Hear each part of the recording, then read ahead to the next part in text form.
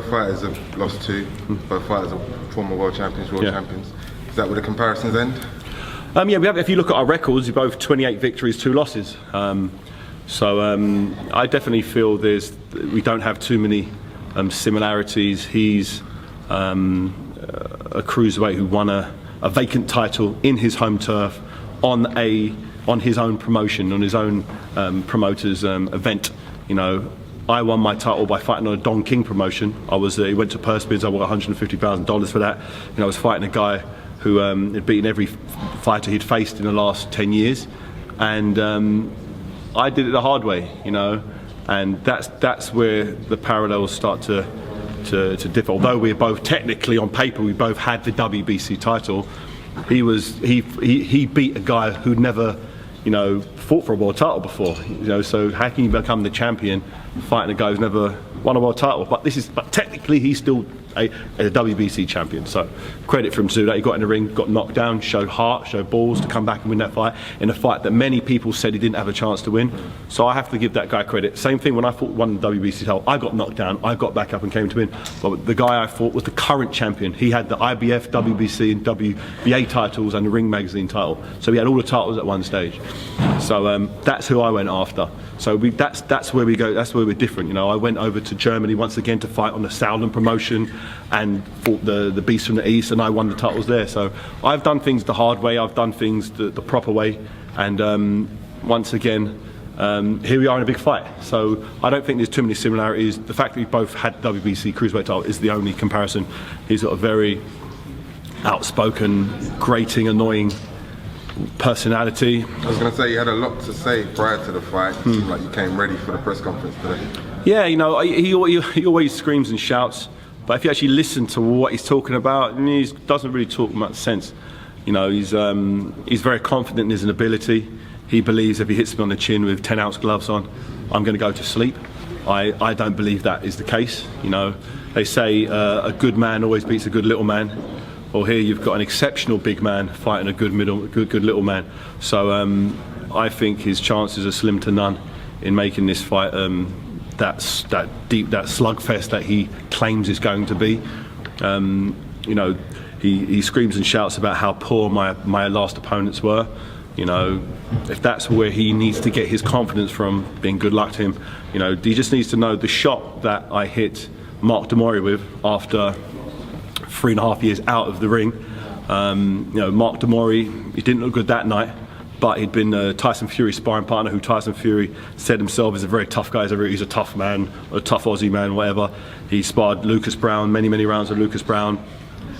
I hit him with one right hand, he was asleep, and I was able to hit him with 3 additional shots after he was unconscious. Can you imagine me doing that same thing to Tony Bellew? What would happen to him? And this big 18-stone lump was stretched out of the ring, oxygen, straight to hospital, memory wiped. This is not just about wiping the memory here. You know, these people involved in his team need to really be concerned about his health, because they're putting him in a serious situation with a guy who holds no prisoners. When I hit you with one shot, I don't miss with a bunch of shots. I'm landing clean, concise, crushing blows on his poor little cruiserweight head, and it doesn't bode well for him. Is your initial goal after to get through Tony Bellew to go to Anthony Joshua? Is that what? I'm in boxing for the biggest possible fights, and that for me is the biggest possible fight. You know, Anthony Joshua, great character, you know, very good fighter, but I don't believe he has, you know, the skill set to deal with what I bring to the table. He's fighting Molina. He's fighting Molina for a reason. There's many people he could have fought, but he's fighting someone who's been knocked out by Chris Arreola in 1 round, by Deontay Wilder, who broke his hand in that fight. So I think the time now is for him to step his game up, and I'm really happy if that fight with Klitschko gets made, because I believe it's a fight he'll win, and it will mean that he has another title to his existing IBF, which would, if and when I do fight him, it'll make the fight that much bigger. But you know, in an ideal world, if you ask any fight fan in the heavyweight division who do you want to see fight, they'll say myself and Anthony Joshua. So hopefully Sky, who've invested a hell of a lot of money into Anthony Joshua, I think they paid Charles Martin like £5 million or something to get that title. It's crazy money, but they bankrolled it because they knew there was money to be earned from it. And like now they're earning money from this Molina fight. Yeah. So hopefully they'll say, all right, Eddie, time to let your boy off the leash now. So we're going to have to put you against someone who punches back a bit.